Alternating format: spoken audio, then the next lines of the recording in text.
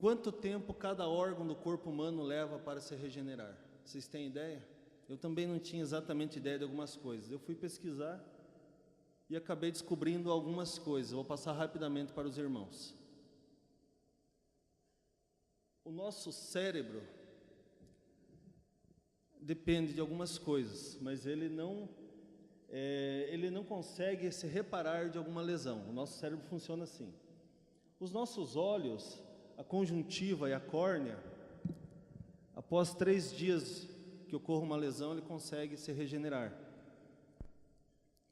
A retina e o nervo óptico não se regeneram, não se reparam. Os cílios, ocorre uma regeneração dos nossos cílios após 15 dias.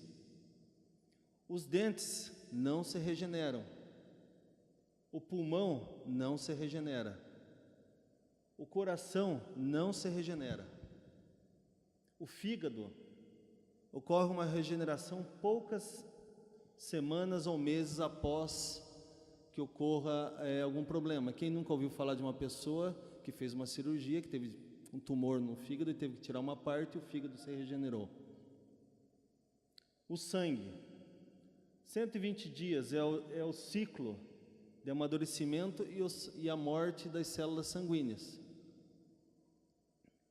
Mais rapidamente, estômago e intestino, de 2 a 8 semanas se regeneram. O epitélio do estômago, 3 dias. A nossa pele leva cerca de 30 dias, ou aproximadamente 5 semanas após uma lesão, uma cirurgia, para se regenerar. Se for na área do rosto, começa aproximadamente após 5 dias.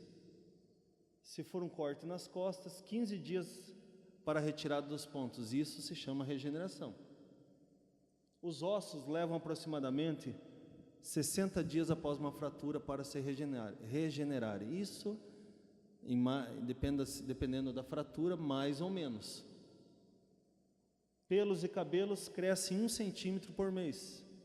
Unhas crescem 3 milímetros por mês.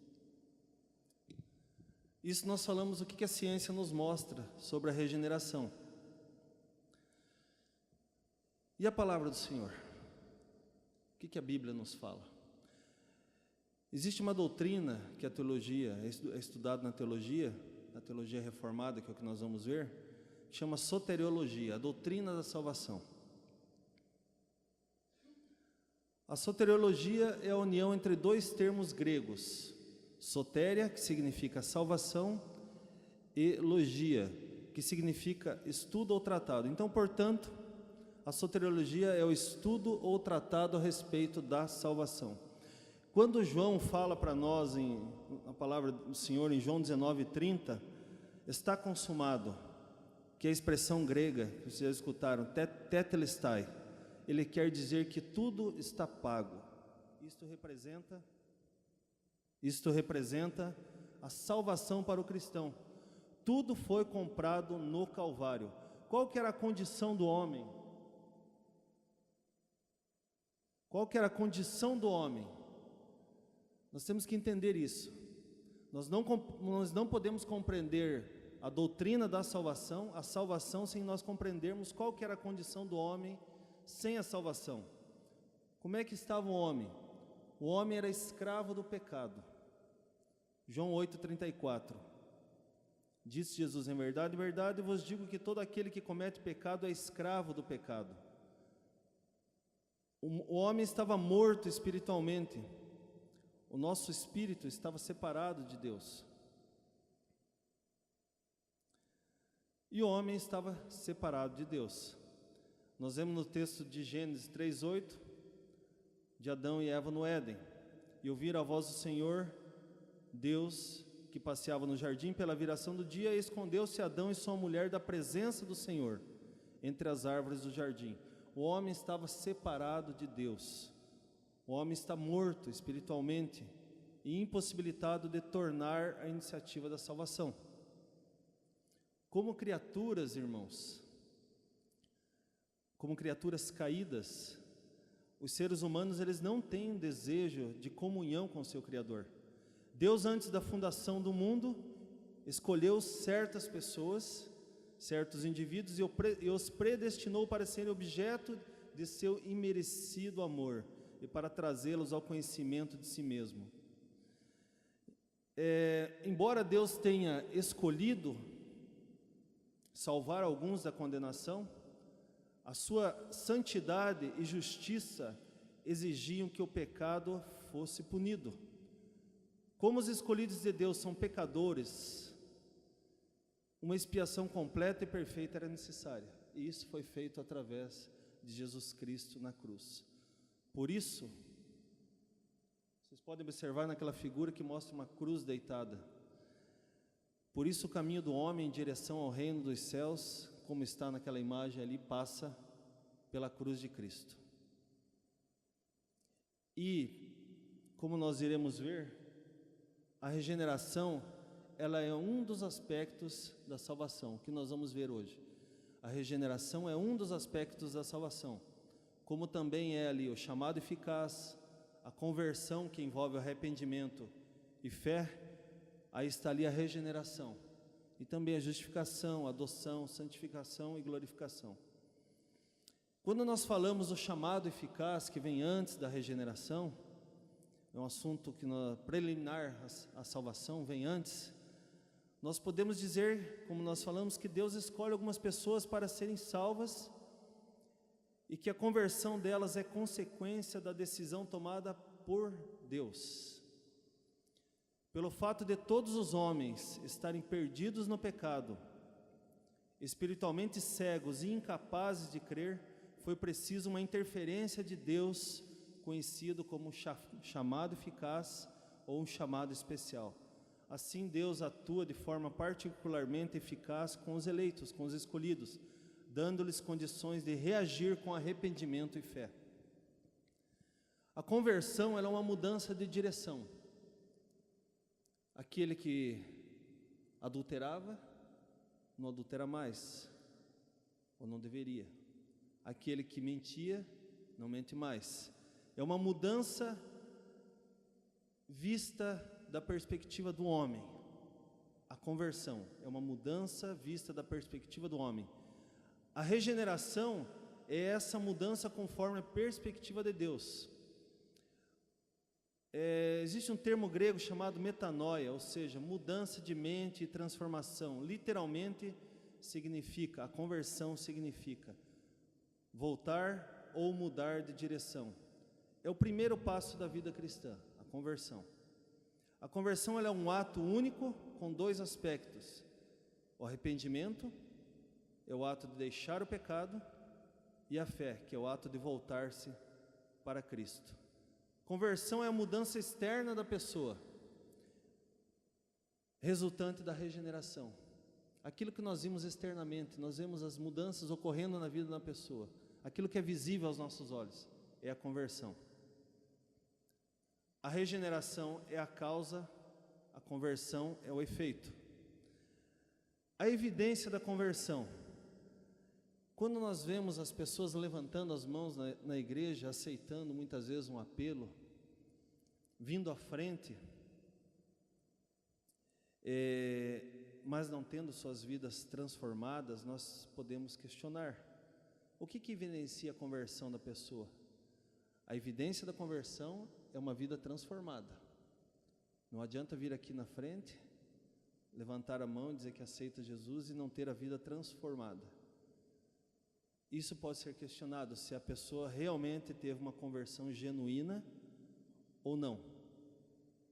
Isso não depende de nós, depende de Deus. Nós por nós mesmos não estaríamos aqui hoje, com certeza. Eu lembro de mim, eu já tentei muitas vezes por minhas próprias forças ir de encontro ao Senhor, mas na minha vida a conversão e a regeneração só ocorreram quando Ele fez, através do Espírito Santo, algo novo em mim. Então, irmãos, partindo para a regeneração, ela vem no vocábulo grego paligenesia, e significa novo nascimento ou nascer de novo.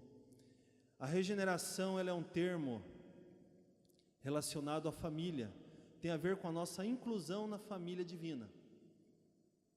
É um ato interior operado na alma pelo Espírito Santo. É a nova vida em Cristo, o novo nascimento, sendo regenerado pelo Espírito Santo, o crente é filho de Deus.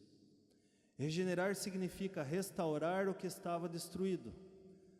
Trata-se de uma mudança radical operada pelo Espírito Santo na alma do homem, atingindo o seu intelecto, a sua vontade, a sua sensibilidade, os seus sentimentos.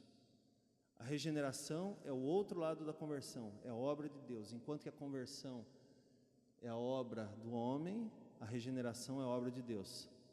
A natureza humana precisa de transformação. O ser humano está espiritualmente morto e precisa de um novo nascimento, de um nascimento espiritual.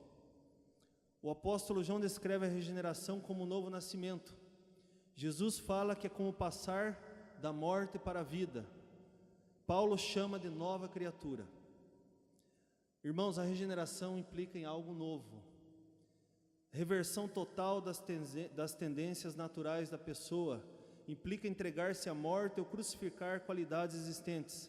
Aquilo que nós fazíamos, nós não fazemos mais. É o início de um processo de crescimento que continua ao longo da vida, que se chama santificação. É uma ocorrência sobrenatural, não é algo alcançado pelo esforço humano. Aí eu queria que os irmãos abrissem as suas Bíblias, para eu terminar esse ponto, em João 3, 1 a 8. Nicodemos era o representante de uma seita religiosa das mais importantes. E ele vai até o Senhor para investigar acerca do reino de Deus, procurando instrução com o Senhor.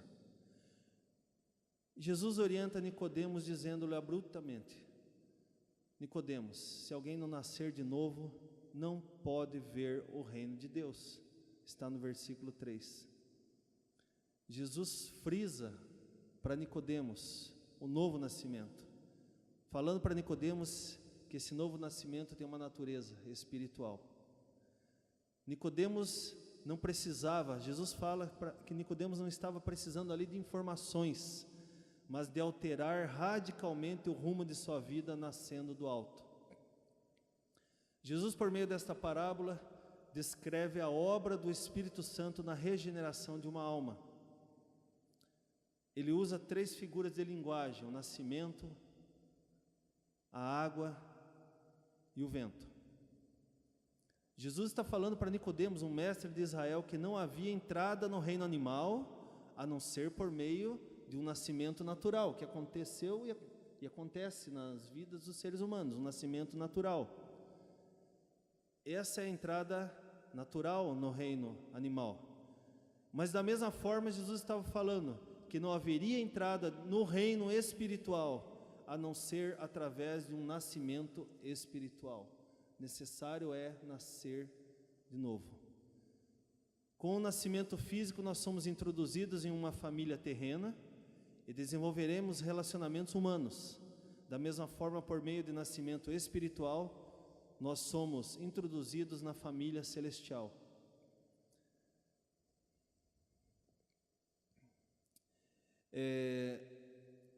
O Senhor fala também da água.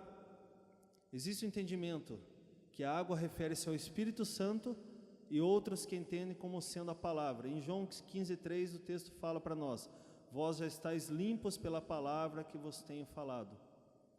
Talvez o Senhor prefira a combinação desses 2 elementos.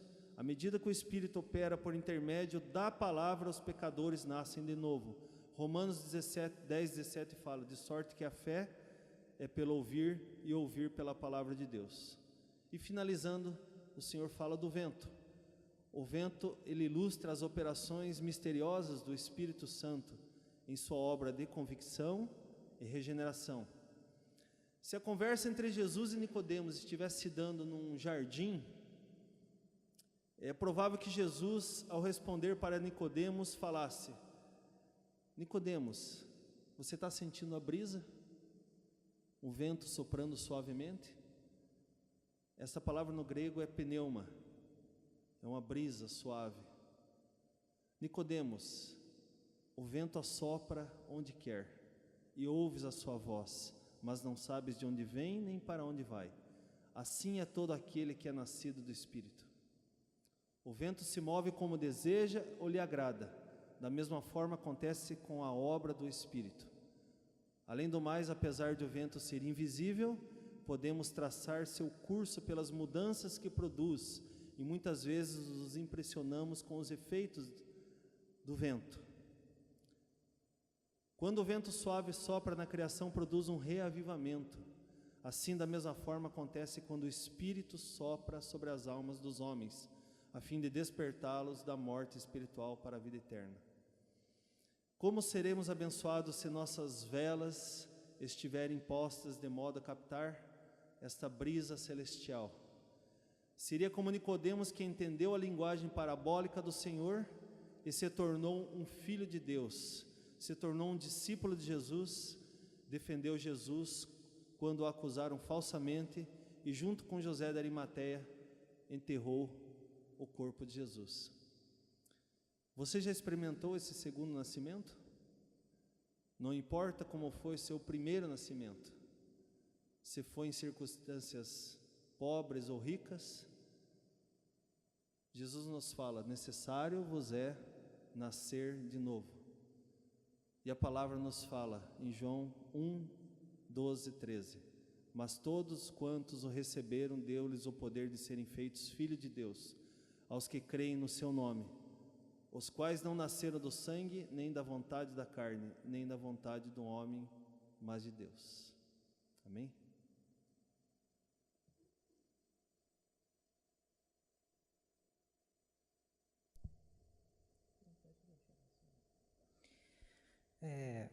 Dentro dessa primeira pergunta, que o Carlos fez uma definição, o que é que vem primeiro na cabeça de vocês?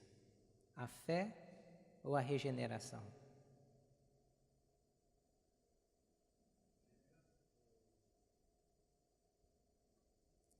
Pega o microfone que nós estamos gravando. Sabe por quê? Essa pergunta é a que define a tensão teológica em toda a história da igreja. Se nós compreendermos esta pergunta, provavelmente fica mais fácil de nós entendermos o que é regeneração. Vamos, antes de nós partirmos para essa resposta, vamos fazer uma oração?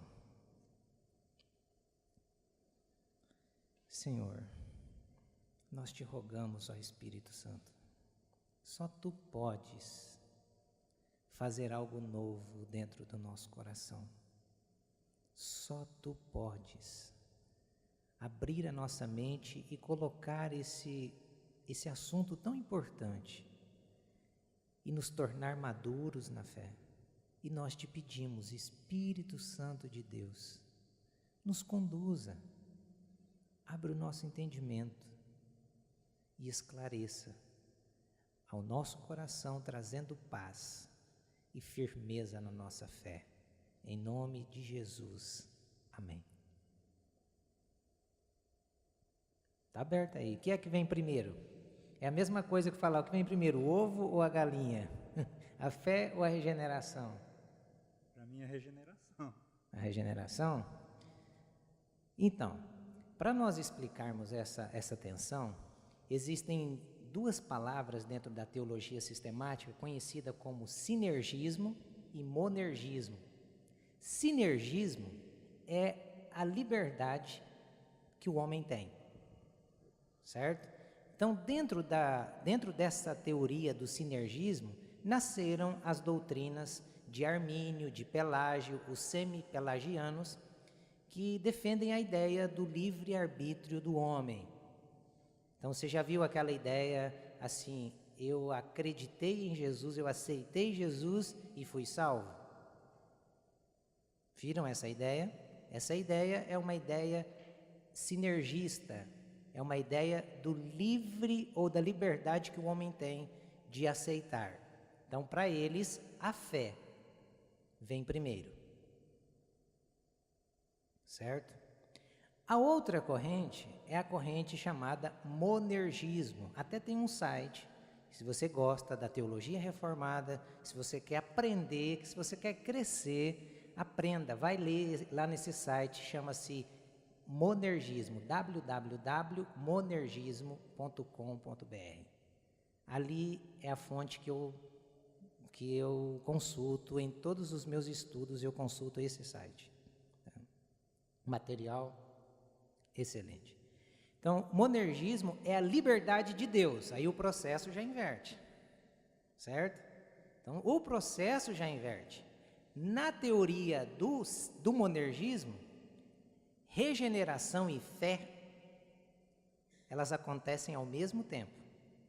Logicamente, que a regeneração precede a fé. Por quê? Porque para você ter alguma coisa, primeiro você tem que estar vivo. Você não acha? Então nós estávamos mortos. Não é isso que a Bíblia diz? Então como que um morto tem fé? Percebem? Quando nós entendemos isso, aí o mistério já vai se desenrolando. Vocês querem? Olha, isso nós estamos ficando na teoria. Agora vamos para a Bíblia. Tem um texto que vai esclarecer, vai matar a pau essa ideia que eu estou falando para vocês. 1 João capítulo 5, verso 1. Pode ler, Carlão. 1 João capítulo 5, verso 1.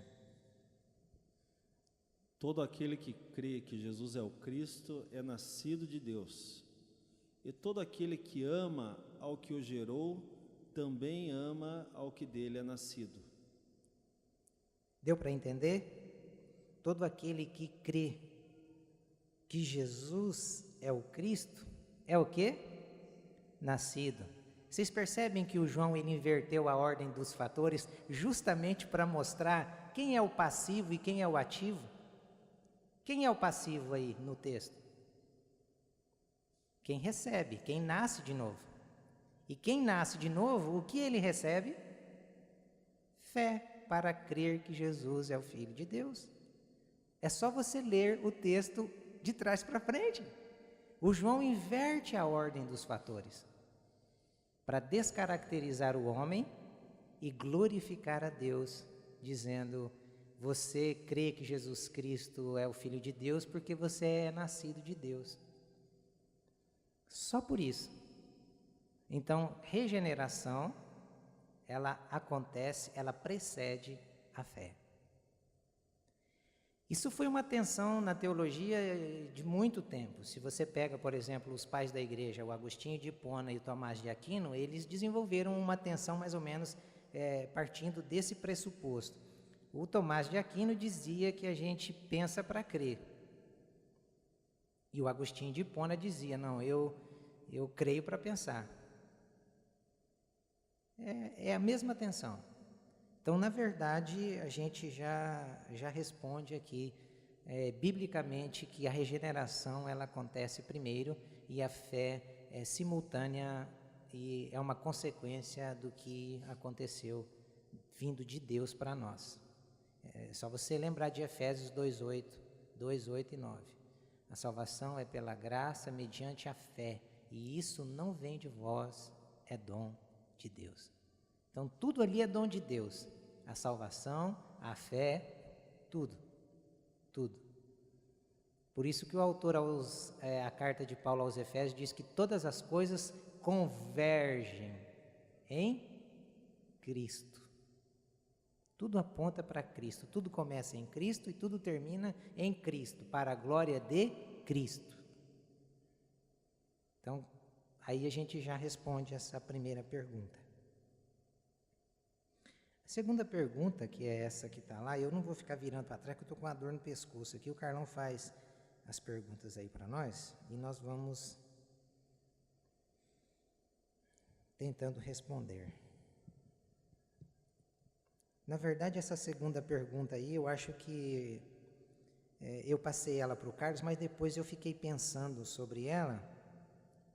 Como Deus realiza esse mistério. Como Deus realiza esse mistério. Eu repensei e eu reformulei essa pergunta. Quais os elementos que Deus derramou para realizar esse mistério? Porque é bem diferente. quais os elementos que Deus derramou para realizar esse mistério da regeneração. Quais foram os elementos, irmãos? Nós só focamos em um. A igreja protestante, lamentavelmente, só foca em um. Eu, por muito tempo, também foquei em um elemento. No sangue de Cristo. Mas Deus derramou dois elementos. Dois elementos. Para que realizasse o mistério da regeneração. Se o Espírito Santo nos convence da morte, do pecado, da justiça e do juízo, quem é que nos edifica como casa espiritual? Quem é que sela a nossa vida? Quem é que nos condiciona para a redenção? O Espírito Santo. Quem é que nos ressuscitará no último dia? O Espírito Santo. Então, irmãos, eu sei que a obra da regeneração, hoje, para mim, ela é composta desses dois elementos. Por mais precioso que o sangue de Jesus fosse, e é, ele seria capaz de satisfazer as necessidades de Deus.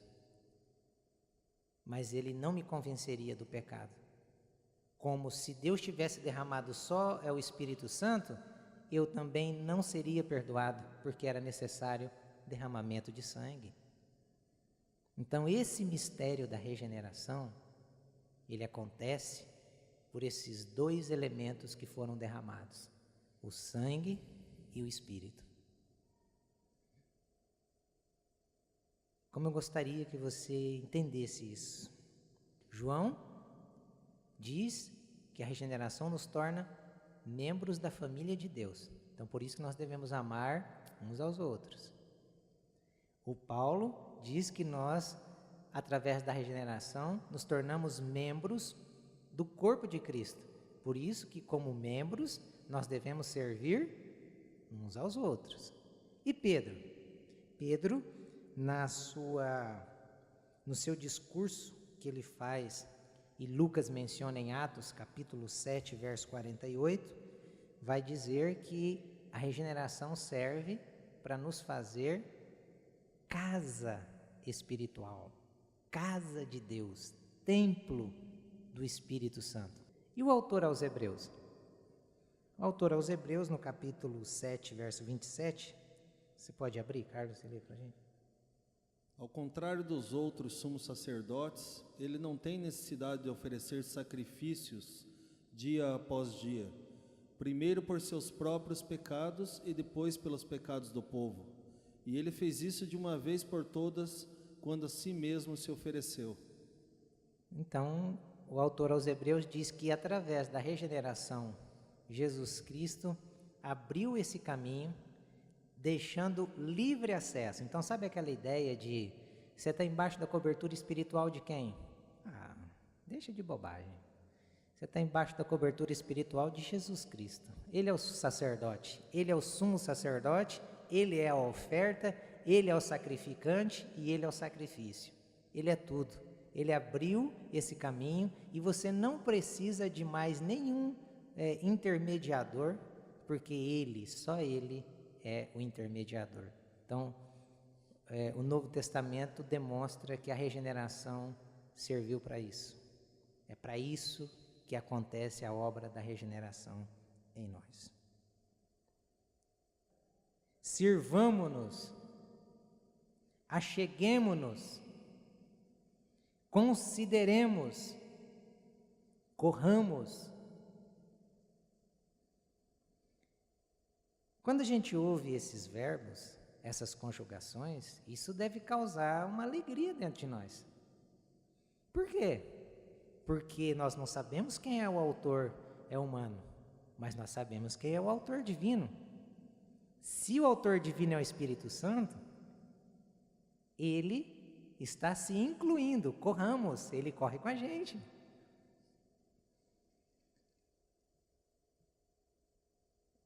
Se Ele é o autor, aperfeiçoemo-nos. Quem é que nos aperfeiçoa? É Ele. Ele está se incluindo. Então, qual é o papel do Espírito Santo na regeneração? Simples. Ele é o executor do plano divino, gente. O Espírito Santo executa a transformação, esse achegar, esse considerar, esse correr. Isso é de extrema importância. Sabe o que isso significa? Que o Espírito Santo mora em você. Que o Espírito Santo mora em mim. Então, ele executa o que Deus planejou. Esse é o papel do Espírito Santo na regeneração. Legal, né? Às vezes a gente pensa que é a gente que faz. Às vezes a gente acha que é na força do braço. Nem por força, nem por... Mas, pelo poder de quem? Seu? Meu? Da religião? Da doutrina? Da polícia? Não, do Espírito. E você vai ficar achando ainda que você tem papel na regeneração. Difícil, né? É difícil. O ser humano pode resistir à regeneração? Olha, imagine. Se eu, humano, resistir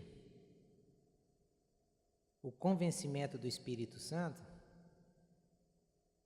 quem é mais forte? Eu ou o Espírito Santo? Não é?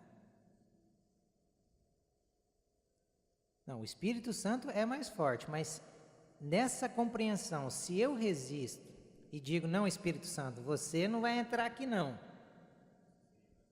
Eu seria mais forte que ele. Eu sou mais forte do que Deus, porque o Espírito Santo é Deus. Não é isso? Então, o que eu quero dizer? Atos capítulo 9, gente. O apóstolo Paulo estava indo com cartas para Damasco para fazer o quê? Ele gostava de cristão? Ele amava cristão, né? Ele amava tanto que ele queria ver todos eles mortos. E ele recebeu cartas para ir matá-los. E nessa caminhada, dizem os neopentecostais que ele caiu do cavalo. Mentira, não tinha cavalo, não tinha nada no texto. Ele caiu. Leia Atos capítulo 9, você não vai achar cavalo, burro, jumento, nada disso. Jegue, nada. Ele caiu. Caiu como? O cara estava enrustido, cheio de violência e força. Hoje eu mato um monte. Ele caiu diante de uma luz. Que disse o que para ele essa luz? Saulo, Saulo, por que tu me persegues? Quem és tu, Senhor? Já mudou o discurso, agora já está falando, quem és tu, Senhor? Paulo, não é você que é o bichão que está matando tudo aí? Então, o Espírito Santo convenceu aquele homem que estava indo matar, um homem que não gostava de crente. Ele não podia ter resistido, gente, que ele estava com a carta de autorização. Mas ele deixou carta, ele já não sabia nem mais para onde ir, porque cego ficou. E o que aconteceu? Qual foi a evidência da transformação dele? Primeiro, que ele não foi, eu não sei se ele tivesse indo de bermuda, se ele colocou calça, nada disso. Não aconteceu nada de nenhuma mudança externa. A mudança externa que aconteceu foi a cegueira. Ficou cego. Mas o que aconteceu foi uma mudança interna. Então, qual é o sinal de uma pessoa regenerada? Aquele que matava, não mate mais. Aquele que era o matador, agora está disposto a morrer pelo Evangelho. Então, por isso que essas coisas, essas aparências externas, isso é bobagem. Jesus olhava para aquelas pessoas de aparência externa, que eram os fariseus, e diziam o que para eles? Vocês são um sepulcro caiado. Por dentro de vocês está feio. Então não fica pensando porque o índio se converteu, ele tem que colocar a calça. Se ele vive lá na tribo, ele pode viver pelado. E aí? Ele está mais acostumado a viver pelado na tribo dele do que se a mulher colocar uma roupa, ele vai ficar querendo saber o que está por trás da roupa, porque ele está acostumado a ver. Então, isso chama-se regeneração pelo Espírito de Deus. Agora, transformação pela doutrina da igreja é o cara aceitou Jesus e você já começa a dar uma lista para ele. Agora você não pode mais usar bermuda, você não pode mais jogar bola, você não pode mais isso, você não pode mais aquilo, e aquilo outro, e aquilo outro. Não, não é por aí. A quinta pergunta.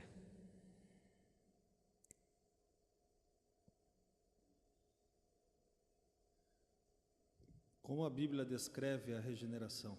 Então vamos pegar agora os textos bíblicos. Como a Bíblia descreve a regeneração? Ezequiel 11:19.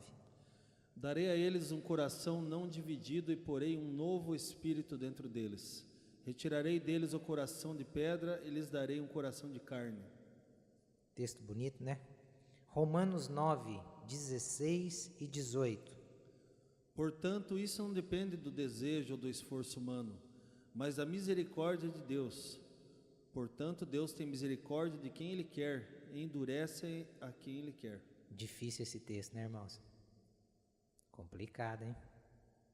Às vezes a gente acha que depende da gente, né? Não, você tem que aceitar. Agora é agora. Não depende de quem quer, mas de Deus usar misericórdia. Agora, esse daqui é para acabar com tudo mesmo. Tito, capítulo 3, verso 5 e verso 6. Não por causa de atos de justiça por nós praticados, mas devido à sua misericórdia. Ele nos salvou pelo lavar regenerador e renovador do Espírito Santo, que Ele derramou sobre nós generosamente, por meio de Jesus Cristo, nosso Salvador. Está vendo só? Mais uma vez Tito está falando do derramamento do sangue e do derramamento do Espírito Santo. Então a obra da regeneração não depende de mim, não depende de você, não depende de quem quer que seja, depende só de Deus. É Deus. Glória a Deus por isso. O que é que a regeneração causa em nós? Então, porque fomos regenerados. E o que essa regeneração vai causar dentro de nós? Ezequiel 11:20. Vamos lá? Então agirão segundo os meus decretos e serão cuidadosos em obedecer às minhas leis.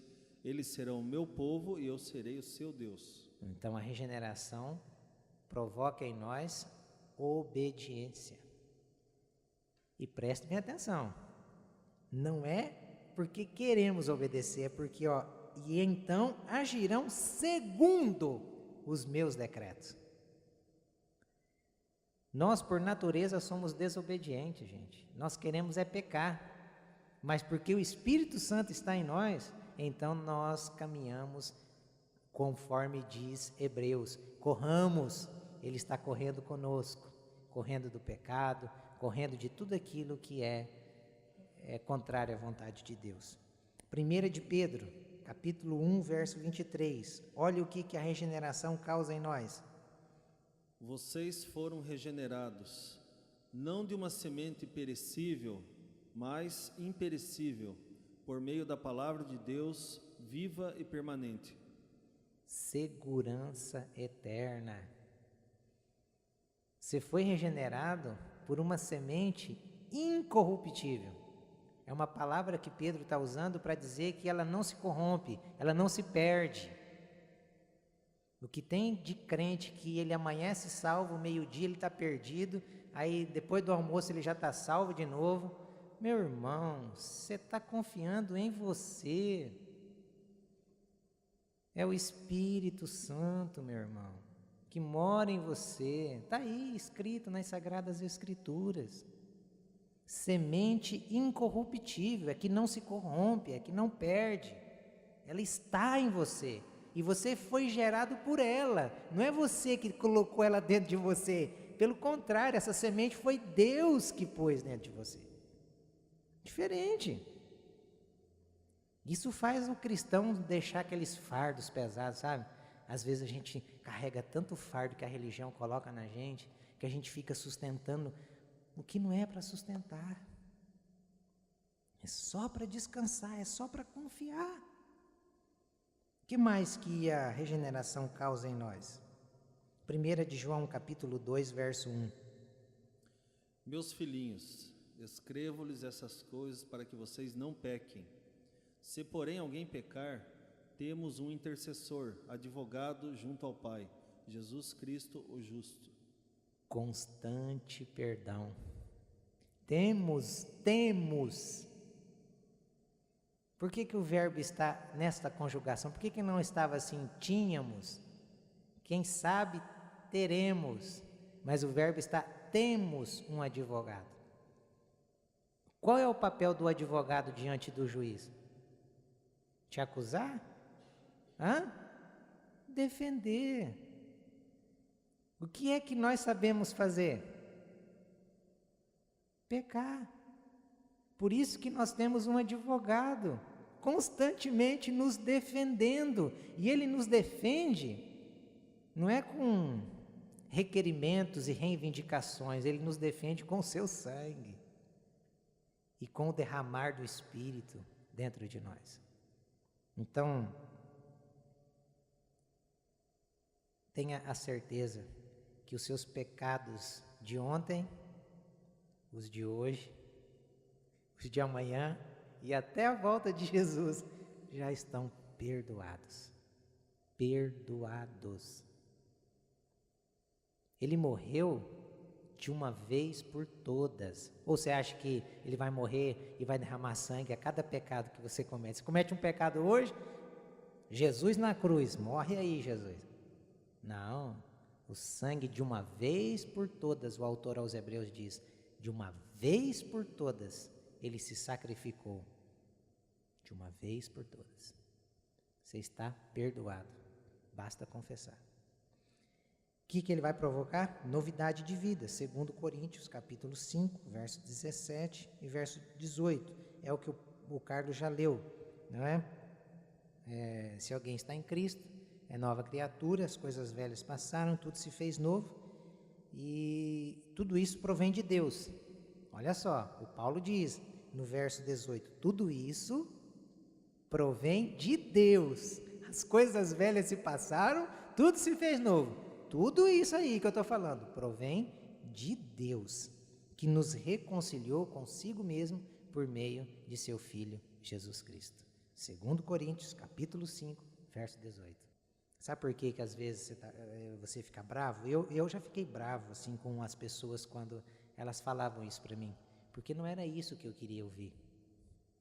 Desde pequenininho, nós somos ensinados pelos nossos pais que nós recebemos as coisas por merecimento. Não é verdade? Olha, seu filho está mal na escola, e o que você promete para ele? Se você passar de ano, papai no final do ano vai te dar o quê? Uma bicicleta. Aí seu filho estuda, passei de ano, aí você ganha uma bicicleta. Desde pequenininho nós fomos ensinados que tudo na vida a gente ganha por merecimento. Mas quando chega na regeneração, aí dá uma crise, né? Porque daí você não merece. O que é que você merece? O fogo do inferno, a morte, a separação de Deus. É isso que você merece, é isso que eu mereço. Aí vem alguém e fala, não, eu quero te dar esse presente aqui, não, mas eu não sou digno. Nós temos que ter esse comportamento, como a fé daquele centurião, que foi a fé elogiada. Jesus elogiou a fé de um homem que nem judeu era. Ele disse assim: porventura achará fé assim em Israel? Quando o centurião chama Jesus para ir curar um dos seus servos, e aí Jesus está caminhando, ele diz: não, eu não sou digno de que entres em minha morada, mande uma só palavra e esse moço será salvo, porque eu sei o princípio de autoridade. Eu cuido de uma centúria de soldados, e eu digo a um: faça, e ele faz. Então uma palavra sua só basta. Uma só. Então esta é a palavra de Deus. Este é o evangelho da salvação. Você é salvo porque Deus amou, resolveu te amar. Ele resolveu te amar. A última pergunta para a gente encerrar.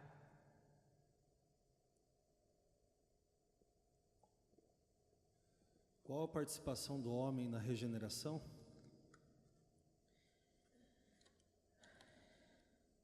Querem falar? Você acha que você participa de alguma coisa? Vamos ver o que a Bíblia fala, então. Antes que você fale, deixa a Bíblia falar, depois você fala. Evangelho de João, capítulo 15, verso 16. Vocês não me escolheram, mas eu os escolhi para irem e darem fruto, fruto que permaneça, a fim de que o Pai lhes conceda o que pedirem em meu nome.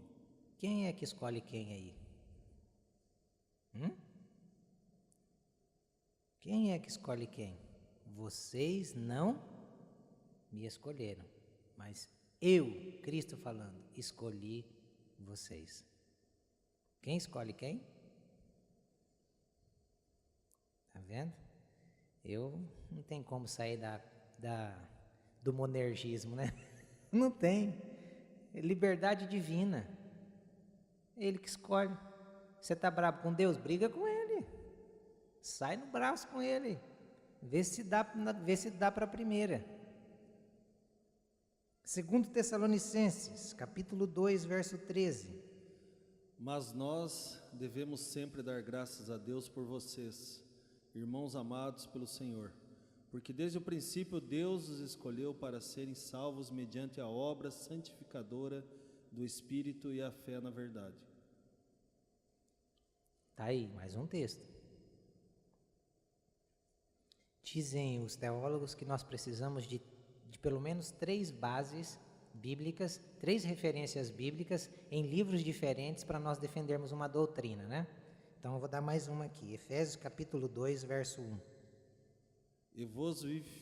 E vos vivificou, estando vós mortos em ofensas e pecados. João capítulo 6, verso 44. Ninguém pode vir a mim se o Pai que me enviou o não trouxer, e eu o ressuscitarei no último dia. É bom que esse aqui, ele já responde aquele Mateus 11, né? Vinde a mim, vós todos que estáis cansados. Né? Lá é um convite que Jesus faz. Como é que a gente responde aí aquele convite? Ninguém pode vir a mim. O que convida, está falando que ninguém pode ir a Ele se não for dado pelo Pai. Então, regeneração, você participa? Só na sua cabeça. Não há participação. Isso na ótica bíblica, né? Agora, se você foi ensinado assim, aprendeu assim, eu aprendi assim, que eu ia até depois estudar a Bíblia, conhecer a Bíblia, indo lendo a Bíblia e lendo aí alguns irmãos reformados, aí você vai percebendo, opa, peraí, o negócio está errado, o processo é inverso. João 6,37. Tudo que o Pai me dá virá a mim, e o que vem a mim de maneira nenhuma lançarei fora. Então tem como alguém resistir à graça de Deus? Tudo o que o Pai der a mim, esse virá a mim. Lembra daquele texto que tem lá no Antigo Testamento, eu não sei se é o profeta Isaías ou o profeta Ezequiel, que diz assim: eu jogarei um anzol e trarei, nem que for arrastando o meu povo. é a ideia de um pescador que joga o anzol e a traíra vem e engole o anzol. E quando engole, o Espírito Santo, Deus só vem puxando, o cara vem com os pezinhos juntos, travado, mas vem. Por quê? Porque aquele que o Pai dá a Jesus, vai a Jesus.